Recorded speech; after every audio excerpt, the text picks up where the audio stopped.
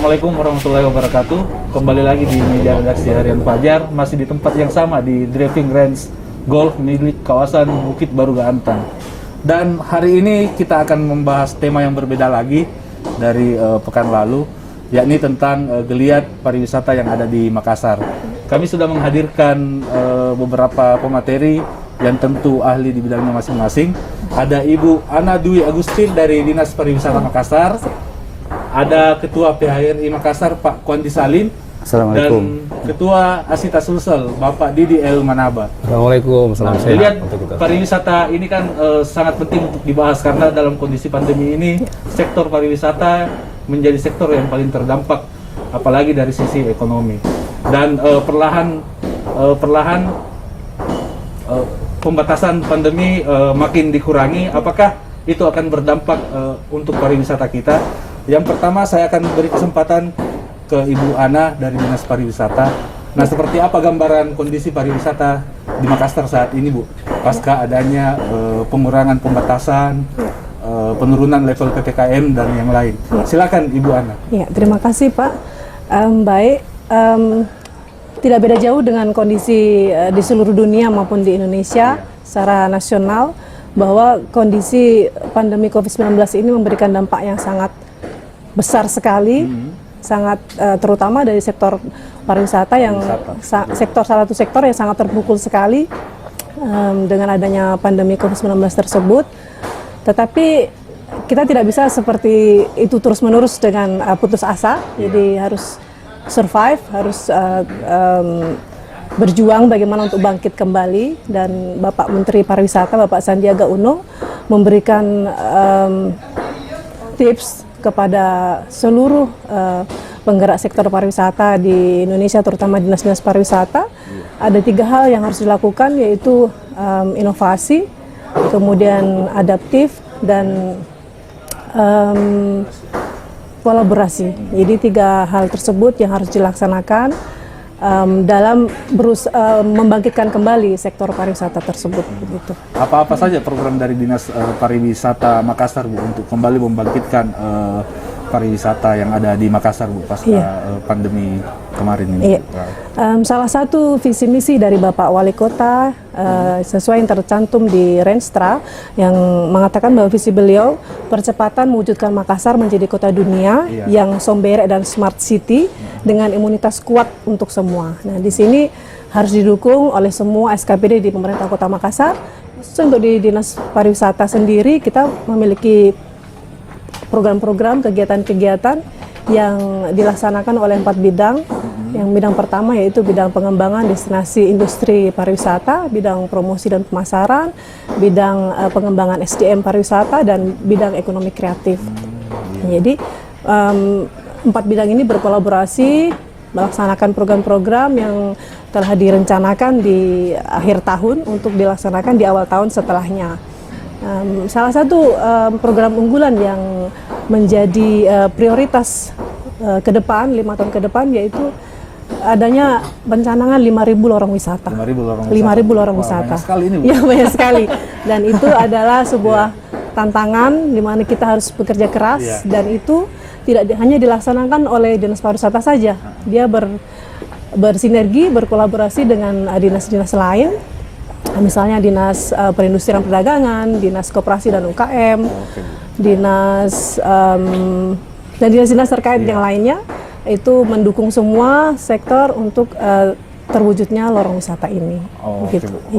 Iya, makasih banyak Ibu Ana atas penyampaian awalnya. Nah, berikutnya kita beralih ke Pak Kwandi Salim, Ketua PHRI Makassar. Nah, hotel ini kan, Pak, salah satu yang paling terdampak, Pak, bisnis perhotelan akibat adanya pembatasan karena adanya kebijakan PPKM dan yang lain. Nah, saat ini, Pak, bagaimana Bapak bisa menggambarkan kondisi perhotelan utamanya di Makassar, Pak? Baik dari segi bagaimana tingkat hunian, apakah kegiatan saat ini juga, Pak, sudah mulai ramai digelar di hotel atau masih sama seperti dulu, Pak, dan yang lain? Silakan, Pak Kwandi. Terima kasih. Assalamualaikum warahmatullahi wabarakatuh. Selamat sore, salam sejahtera buat kita semua.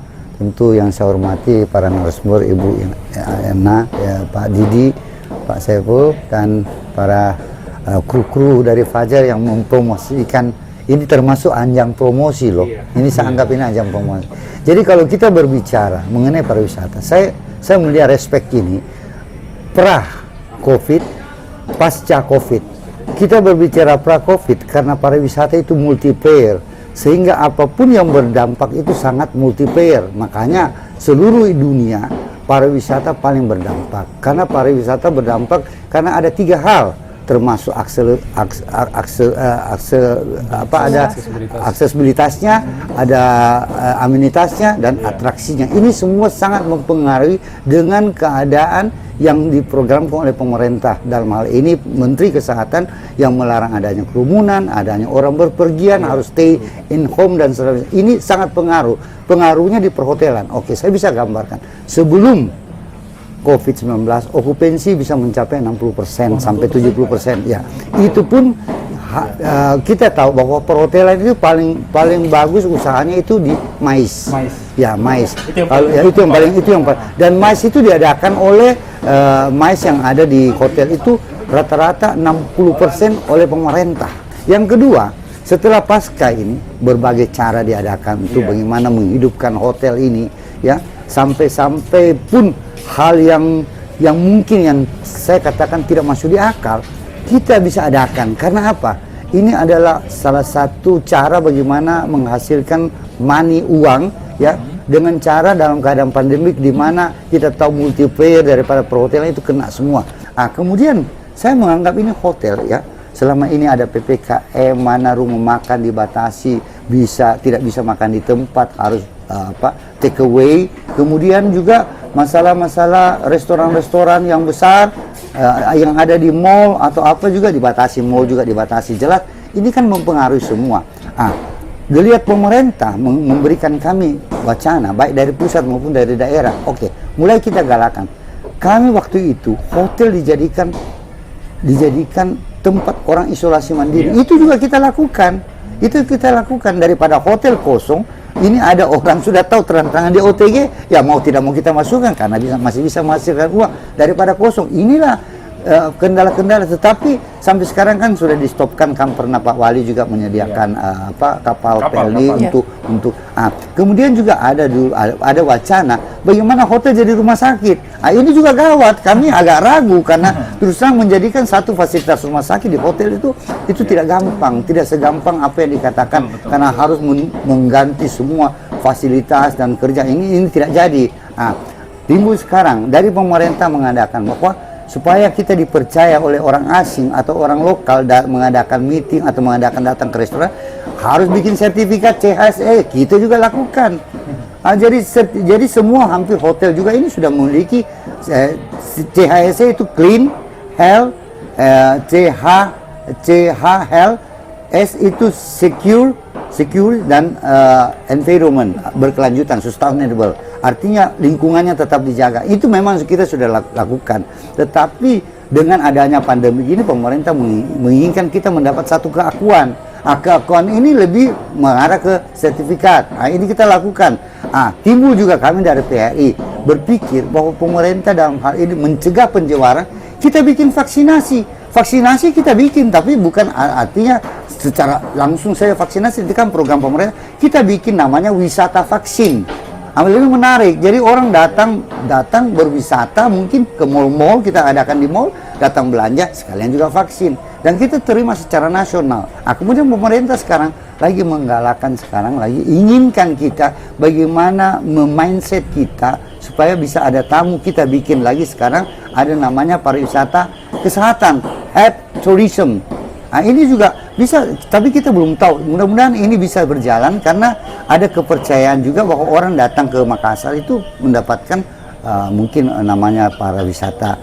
Ini termasuk unik, pariwisata kesehatan. Artinya dalam hal ini bukan saja bahwa orang yang betul-betul sakit yang harus digopong sama ambulans, tetapi dia mulai merasa bisa mempengaruhi secara sama dengan men-check up lah, atau mungkin wellness atau healing ini semua bisa mereka lakukan. Ini terobosan-terobosan yang kita lakukan sementara ini. Mudah-mudahan ini harapan saya, mudah-mudahan hotel bisa kembali seperti semula. Terima kasih. Kita tahan dulu, kayaknya masih banyak ini. Tahan dulu ini. Siap. Ya, kita beralih lagi ke Kak Didi Elmanaba, Ketua Asita Sulsel. Nah, selain hotel, otomatis dengan memangkas perjalanan, aturan ketatnya perjalanan ini pasti travel yang Terdampak. paling terdampak juga. Kolaborasi. Nah, saat ini seperti apa kondisi bisnis travel utamanya yang sangat bergantung terhadap kegiatan-kegiatan pariwisata di Sulsel, Kak? Ya, silakan Kak Didi. Bismillahirrahmanirrahim. Assalamualaikum warahmatullahi wabarakatuh. Salam sehat untuk kita semua. Di Indonesia saja, ke Sulselmi, ke Makassar mau.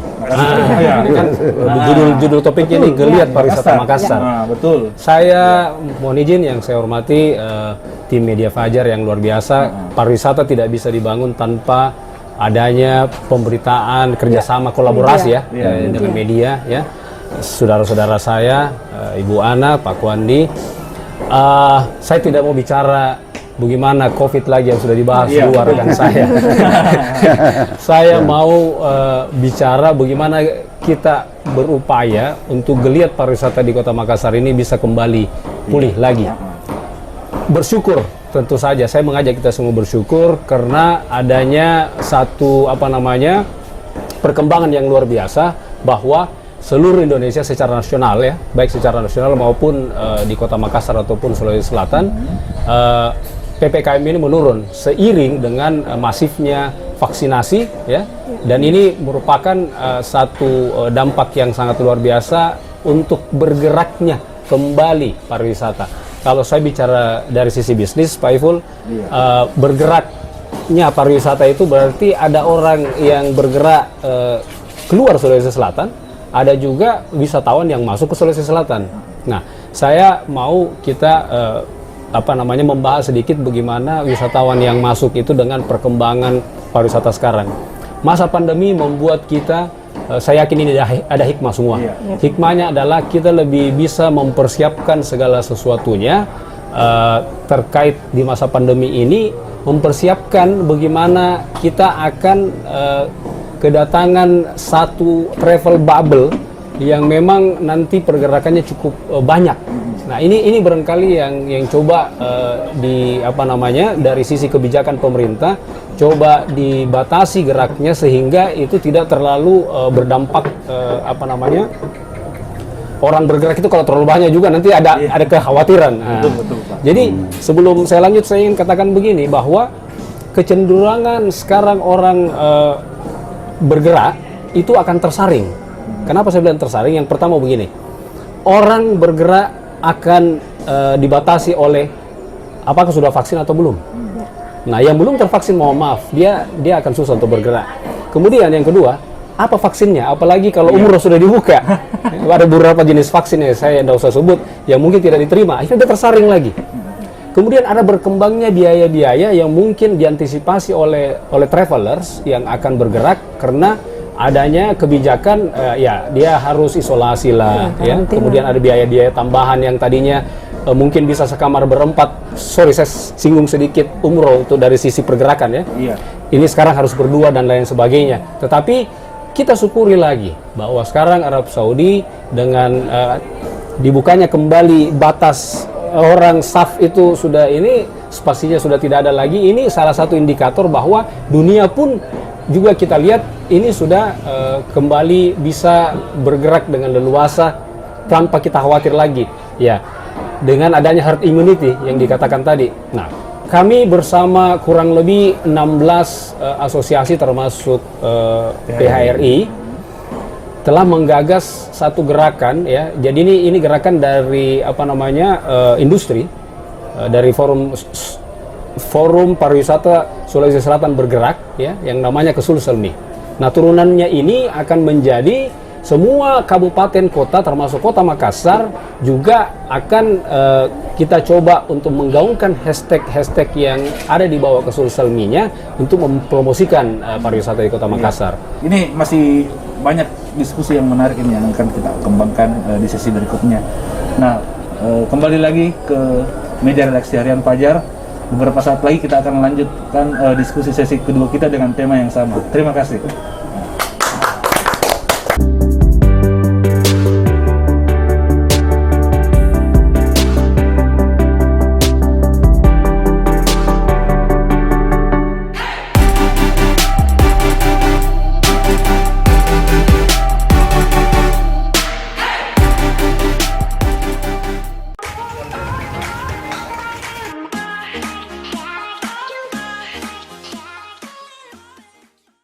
Oke, kembali lagi di meja redaksi Harian Fajar, masih dengan tema yang sama tentang geliat pariwisata Makassar. Nah, saya ke Pak Kwandi Salim dulu nih. Tadi Ibu Ana sudah menyampaikan banyak program tentang bagaimana Pemkot berupaya menggeliatkan kembali pariwisata yang tentu akan berdampak ke hotel dan bisnis lain yang sejenisnya. Siap. Nah, apakah dari program itu Pak, pengusaha perhotelan sudah merasakan dampak-dampak yang disampaikan oleh Ibu Ana tadi Pak? Misalnya ada peningkatan yang mungkin signifikan atau seperti apa pasca adanya kebijakan pelonggaran, atau masih meningkat tipis Pak dari yang sebelumnya? Oke, silakan Pak. Oke, terima kasih. Ya. Tadi saya sudah katakan pertama bahwa sebelum pandemi okupansi masih bisa 60%, bahkan sampai 70%. Masuk di pasca pandemik ini, bahkan waktu mulai di 2020 itu okupansi coba berkisar sampai 15% saja itu. Waktu itu sudah mulai fluktuatif, istilahnya lockdown. Lockdown itu. Kemudian ada sedikit kenaikan setelah lockdown, ada 4-5 bulan, kemudian naik lagi agak sedikit sampai bisa mencapai 30%. Di tahun 2021 ini, waktu Januari sampai di Juni itu masih mending, berkisar antara 30-35%. Tapi masuk bulan Juli sampai di September itu drop sekali, tinggal sekitar 15% naik kembali. Waktu itu kan sudah berlaku PPKM level 4, zona merah apa dan lain. Itu pengaruh sekali, itu sangat pengaruh. Kemudian sekarang lagi kami sudah persiapkan lagi masalah QR code-nya sama dengan di mall. Kalau orang masuk harus di-scan pakai Peduli Lindungi. Itu juga kami sudah siapkan. Minumannya dulu mungkin kita pakai coba kopi, teh. Sekarang soft drinknya sudah pakai minuman yang mengandung imunitas seperti mengkudu lah itu. Itu masuk jahe, Pak. Masuk wisata kesehatan itu. Masuk kuliner juga. Seperti itu. Kuliner. Jadi ini kita sudah persiapkan semua. Jadi tamu yang datang bukan lagi dikasih kopi, teh, yang soft drinknya atau jus, tetapi minuman imunitas. Nah, di pertengahan tahun ini kan hotel memang sempat terpuruk Pak. Betul. Kemudian banyak program dari pemerintah pusat mungkin yang diteruskan oleh Pemkot, misalnya seperti bantuan dana hibah. Bantuan dana hibah. Kemudian banyak pengusaha hotel Pak yang minta supaya ada relaksasi pajak Pak. Betul. Minimal ya bisa diringankan sedikit pajak hotel dan restoran. Langsung semangat Pak Tony. Jadi langsung semangat kalau dana hibah ini yang perlu saya katakan di sini semua, bahkan mungkin seluruh dunia bisa tahu bahwa dari 101 kota yang diberikan dana hibah cuma Makassar yang tidak dapat. Itu tahun lalu Pak ya? Tahun 2020 ini timbul satu pertanyaan yang sangat-sangat, apakah kita bermain ini sebagai uang pengusaha ini yang yang sudah dibayarkan kepada pajak kembali ada pengembaliannya. Tetapi ini mungkin di dalamnya ada permainan politik sehingga dana itu tidak bisa cair. Tahun ini ada lagi Pak. Tahun ini lagi tidak bisa cair lagi. Saya tidak tahu alasannya apa. Tapi tahun 2020 itu yang heboh. Sampai kami PHRI turun demo aksi damai, menyampaikan aspirasi kalian ke DPRD, ke wali kota, menyampaikan bahwa kenapa kita malu. Dari seluruh Indonesia 101 kota, Makassar yang tidak dapat. Ini kan aneh.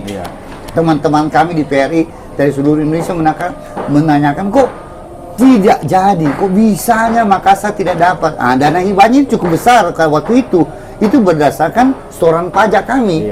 Dikembalikan sekian persen, saya tidak tahu perhitungan dari pemerintah pusat, tetapi jelas ada ratusan karena nilainya sekitar 24,8 miliar. Padahal hotel tetap membayar pajak Pak. Tetap membayar pajak. Tapi itulah, ini pajak tahun 2019 yang diminta waktu itu. Memberikan gambaran bahwa surat-suratan sudah lengkap, perizinan sudah lengkap, melalui MPP rekeningnya juga dari tetapi tidak cair. Jadi saya pikir ini mungkin politik ya yang dipermainkan. Makanya memang kalau usaha-usaha jangan dikaitkanlah dengan politik, itu pasti akan berdampak yang sangat tidak bagus terhadap kami pengusaha. Jadi siapapun juga pemimpinnya, tolong jangan bermain politik kalau memang itu sudah ketentuan dari pusat. Nah, ini salah satu pengusaha juga yang ikut dijanji dana hibah tahun ini. Nah, bagaimana Kak Didi melihat fenomena masalah dana hibah ini, Kak Didi? Secara umum, saya sudah diwakili sama Pak Kwandi. Curhatannya, ya kan? Curhatannya secara umum. Syukur alhamdulillah, travel anggota kami sekarang kurang lebih 80-90% berubah bisnis. Ada travel jadi laundry, ada travel jadi warkop, ada travel mencari bisnis di luar. Karena kalau saya bisa katakan Pak, hotel mungkin masih ada hunian dan masih ada segmentasi bisnis yang bisa dijual di dalamnya. Kalau travel tidak ada perjalanan juga, sama Pak. sekali. Banyak Ya. tutup. Banyak tutup. Ya, Banyak tutup. Kemudian saya bisa juga katakan bahwa kurang lebih 95-99% tidak ada pergerakan waktu pandemi ya. Nah, kita syukuri bahwa kawan-kawan ini tetap semangat. Nah, ke Ibu Ana lagi. Ya, siap. Nah, ini banyak pertanyaan ini ke Dinas Pariwisata. Ya. Kenapa bisa ini dana hibah Bu tidak cair-cair sampai sekarang? Nah, apa masalahnya yang tahun lalu juga kan ini nilainya cukup besar, kemudian ada lagi tahun ini Bu. Nah, ya, Kalau para pengusaha juga ini menunggu programnya Pemkot. Nah, sudah ada usulan jangan dong kasih berat ini pengusaha Iya, dengan adanya aturan pajak dan yang lain. Nah, seperti apa dari Dinas Pariwisata Iya. menyikapinya, Bu? Nah, kalau yang sudah terjadi di tahun lalu Iya. sudah lewat nih ceritanya, Iya. jadi sudah nggak bisa lagi Tahun sebenarnya. lalu, oke lah. Iya, artinya ada Untuk harapan tahun ini. serta harapan bagi kita bahwa akan turun bantuan dari pemerintah, dari Kementerian Pariwisata. Itu berdasarkan hasil Rakornas Kementerian Pariwisata itu ada 7 subsektor ekonomi kreatif, termasuk sektor pariwisata juga yang dari sektor industri begitu. Jadi ada harapan bagi para pelaku di sektor pariwisata untuk bisa mendapatkan bantuan tersebut kembali, walaupun Biar kecil, mungkin ya. besarannya sama tidak yang sebesar dulu. yang tahun Tidak lalu. sebesar yang tahun lalu. Ya, dan tapi masalahnya yang jadi kendala sampai saat ini yaitu belum turun petunjuk teknis dari kementerian, sehingga kita belum Biarkanlah berproses. Iya, kita belum bisa publish, belum itu bisa. berapa lama lagi pengusaha harus menunggu? Kalau untuk itu mungkin kita akan koordinasi dengan pihak kementerian pusat karena yang mengeluarkan juknis dari Kementerian Pariwisata begitu. Apakah di Dinas Pariwisata Bu tidak ada anggaran tersendiri misalnya? Kan anggaran Dinas Pariwisata cukup besar itu Bu ya. Begitu ya Pak ya. Per tahun lumayan itu Bu. Jadi, 20 M. Kalau Nah, untuk apakah tidak ada yang dialokasikan minimal untuk pengusaha? oh gitu ya. Sejauh ini kan kita menyusun anggaran itu kan berdasarkan Renstra ya, Renstra Renja yang di breakdown dari visi misi Bapak Wali Kota. Jadi kita konsultasi dengan Bapeda, dengan Badan Pengelolaan Keuangan, itu semua sudah dibikin. Rencana kegiatan anggaran itu sudah ada semua tiap tahun sampai 5 tahun ke depan. Ini kan kondisinya Jadi- di luar dugaan Bu. Jadi sejauh ini memang belum ada sih untuk bantuan langsung begitu. Dari Iya. Pemkot Bu ya? Iya, belum Iya, ada. iya. Iya. Oke. Heeh. Sip. Karena jujur PAD anjlok. Oh. Iya, itu sangat berpengaruh sekali ke APBD. Sektor pariwisata kita memberikan kontribusi pada 5 tahun terakhir itu luar biasa, kontribusi hampir 30% dari PAD, tapi karena ada pandemi Covid-19 ini turun drastis. Iya. Dan itu Otomatis sangat berpengaruh ke anggarannya Dinas Pariwisata. banget, sangat berpengaruh sekali ke anggaran di setiap SKPD begitu. Termasuk Dinas Pariwisata. Termasuk Bu, ya? Dinas Pariwisata. Jadi ada kebijakan yang Bapak Wali Kota salah satunya memangkas-mangkas untuk lebih efektif dan efisien anggaran-anggaran yang dianggap tidak penting, tidak perlu dihilangkan begitu. Misalnya kayak perjalanan dinas dan sebagainya, begitu sudah tidak ada. Kecuali ada SKPD yang memang punya tupoksi tersebut yang butuh untuk SPPD begitu. Ini salah satunya. Oh, gitu. sip. Iya. Saya kira kita masih akan berdiskusi lagi Iya. untuk sesi berikutnya. Nah, Iya. masih banyak yang akan kita bicarakan sekaligus menjadi sesi penutup untuk tema Closing kita hari ini. statement. Ya, kembali di meja redaksi saat lagi.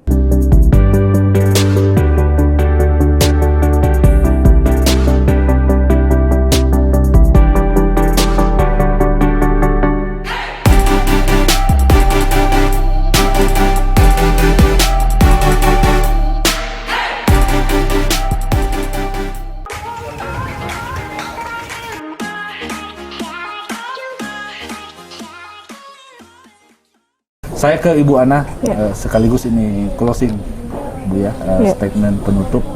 Nah, untuk beberapa bulan ke depan mungkin Bu, atau yang seterusnya. Nah, seperti apa program dari Dinas Pariwisata untuk tetap mendukung hotel, restoran, kemudian travel agent. Nah, agar bisa tetap bertahan karena ini kan pandemi Bu, belum bisa diperkirakan sampai kapan. Ya. Nah, apakah nantinya Dinas Pariwisata akan gencar melakukan promosi atau bagaimana mengajak OPD-OPD lain dan mungkin kementerian untuk bisa berkegiatan di Makassar utamanya Mais yang menjadi penghasilan utama hotel dan restoran, termasuk mungkin untuk mendukung agen travel wisata yang ada di Makassar. Silakan Ibu. Ya.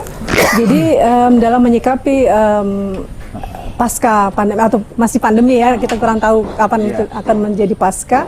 Kami dari Dinas Pariwisata tetap sesuai track, akan tetap melaksanakan program-program, kegiatan-kegiatan yang sudah tertera di dokumen pelaksanaan anggaran di DPA yang merupakan breakdown dari Renstra Renja tersebut. Kegiatan-kegiatan itu misalnya kita mengadakan calendar of event setiap bulannya. Itu aktif kembali Bu ya? Iya, kita aktifkan kembali. Itu kita berusaha untuk kembali menghidupkan event-event di Makassar. Kita menggandeng dari pihak event organizer juga supaya kembali mendatangkan wisatawan dari luar. Dan salah satu event unggulan kami yaitu adanya F8 atau Festival Egg Festival yang diadakan sejak tahun 2016 sampai sekarang, dan kami berharap event-event yang dilaksanakan di Makassar tersebut bisa membuat tertarik kembali tamu-tamu wisatawan dari luar Makassar maupun dari internasional mancanegara. Itu kami berharap. Jadi kami siap melaksanakan protokol kesehatan juga sehingga menjamin bagi wisatawan merasa aman untuk bisa mengikuti event-event tersebut gitu salah satunya. Kemudian kita juga ada program-program pengembangan wisata pulau-pulau. Kita ada salah satu program itu, kita akan menggarap beberapa pulau yang belum memiliki fasilitas-fasilitas yang bisa memadai untuk dikunjungi oleh wisatawan gitu. Dan terakhir satu kolaborasi. Iya. Kolaborasi itu sangat penting sekali. Jadi kami Dinas Pariwisata tidak mungkin berjalan sendiri, sangat nonsens. Jadi kita butuh dukungan dari semua stakeholder, dari masyarakat, dari pihak asosiasi, misalnya ASITA, PHRI dan sebagainya. Kita butuh dukungan semua, support dan kemauan masyarakat sendiri untuk tetap menjaga protokol kesehatan agar sektor pariwisata kita ini bisa bergerak maju dan bangkit kembali begitu. Oke, makasih banyak Bu Ana. Nah, ke Pak Wandi Salim. Ya, saya pikir gini. Saat ini Pak, apa-apa saja yang membuat hotel bisa survive dan apa keinginan untuk pengusaha hotel utamanya untuk pemerintah Pak? Ya, silakan Pak. Oke, terima kasih. Ya. Saya pikir gini, PHRI ini sebagai garis depan juga kepariwisataan yang menyediakan akomodasi dan kuliner, ya. Ini tentunya saya sangat mengharapkan kerjasama kolaborasi dalam hal ini Pentahelix, mana melibatkan juga wartawan, melibatkan juga juru foto, melibatkan juga pemberitaan pariwisata, pemerintah, sesama teman-teman daripada akademisi dari dari pariwisata. Ini kita rangkum semua karena kalau salah satu pincang susah akan jalan, ya. Nah, ini pertama. Kemudian yang kedua, kepada pemerintah kami sangat mengharapkan bahwa gawenya kebetulan Dinas Pariwisata ini jangan coba pariwisata yang jalan, tetapi menggandeng beberapa SKPD yang ada, karena pada dasarnya ini bisa mendatangkan pendapatan asli daerah. Jadi kalau coba pariwisata yang jalankan, nanti dibilang pariwisata, maaf contoh, di DPRD mengatakan pariwisata itu hambur uang. Tapi hambur uang nanti akan income-nya kembali untuk dipungut oleh Bapenda, Dinas Perindah juga memungut untuk adakan sosialisasi mengenai perdagangan. Yang lain juga terhadap UMKM atau UKM ini, kami dari hotel juga menyediakan fasilitas kepada para pengrajin di bidang kepariwisataan yang memproduk kuliner itu masuk ke hotel Pak, untuk bisa. Coba kami menginginkan paketingnya cantik, kemudian punya daluarsa. Jangan sampai nanti hotel membantu jual, hotel yang dikomplain sama konsumennya karena makanannya sudah daluarsa. Nah, ini kita hidupkan seperti tadi Ibu katakan 5.000 lorong. Saya juga pernah ikut dalam acara itu. Saya mengharapkan mungkin program wali kota 5.000 lorong untuk dibenahi, tetapi ada potensi beberapa lorong yang mungkin bisa dipakai hal yang betul-betul berpotensi di bidang fokus ke pariwisata. Contohnya, ada lorong, ada parkirnya tidak ada, bagaimana wisatawan mau datang pakai bus besar? Untuk Pak Didi sekaligus closing statement Kak Didi. Nah, seperti apa solusi yang harusnya dilakukan oleh pemerintah dan stakeholder terkait Kak Didi untuk menumbuhkan kembali pariwisata yang ada di khususnya di Kota Makassar, Kak? Silakan. Yang pertama, kata kolaborasi ini harus diimplementasikan, bukan hanya sekedar digaungkan. Kolaborasi betul-betul kolaborasi. Salah satunya adalah kita saling mendukung, baku rangkul. Ini saya sebut hikmah. Di Makassar ini Pak adalah center point of Indonesia. Kita harus bisa menangkap pergerakan wisatawan dari timur ke barat, barat ke timur dengan kita harapkan dibukanya kembali banyaknya rute-rute penerbangan yang tadinya tertutup plus rute internasional mungkin nantinya kalau Malaysia sudah buka. Satu. Kedua, ayolah pemerintah buka keran. Makassar ini kota mais. Ayolah organisasi, asosiasi yang ada di luar sana, meetinglah di Makassar. Karena selesai meeting, kita bisa refreshing dengan banyaknya variasi paket-paket yang kami buat. Itu yang paling penting. Yang ada dananya sekarang adalah bagaimana pemerintah itu bisa, dia tidak sum lagi. Ya, dia hidupkan hotel. Karena kalau hotel hidup, travel agent dapat dampaknya transportasi kami, jalan-jalannya dan lain-lain ya. Kemudian ketiga, paket kita sangat banyak. Saya tidak hanya berbicara wisata kesehatan tadi, tetapi banyak sekali paket-paket kuliner ya, paket-paket Makassar dan sekitarnya, kabupaten kota ini semua berlomba-lomba untuk mempromosikan daerahnya. Semua berlomba-lomba untuk mau menjual daerahnya dari sisi pariwisata, karena indikator terbukanya pariwisata itu adalah indikator bahwa pergerakan ekonomi bisa berjalan. Nah, kemudian yang berikut, kami bersama kurang lebih 17 asosiasi, tentunya bersama-sama pemerintah, itu mencoba dengan masif berpromosi.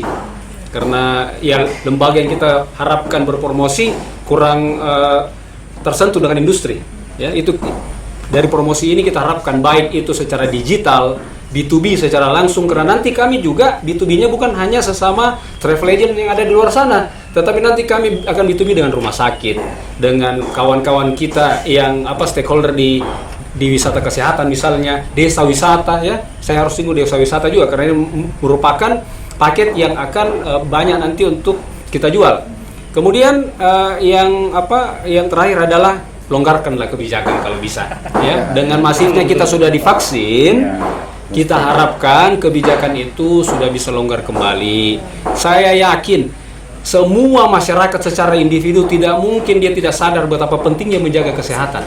Ya, 2 tahun kita sosialisasi dengan individu kita masing-masing, protokol kesehatan ini memakai masker ini ikhtiar.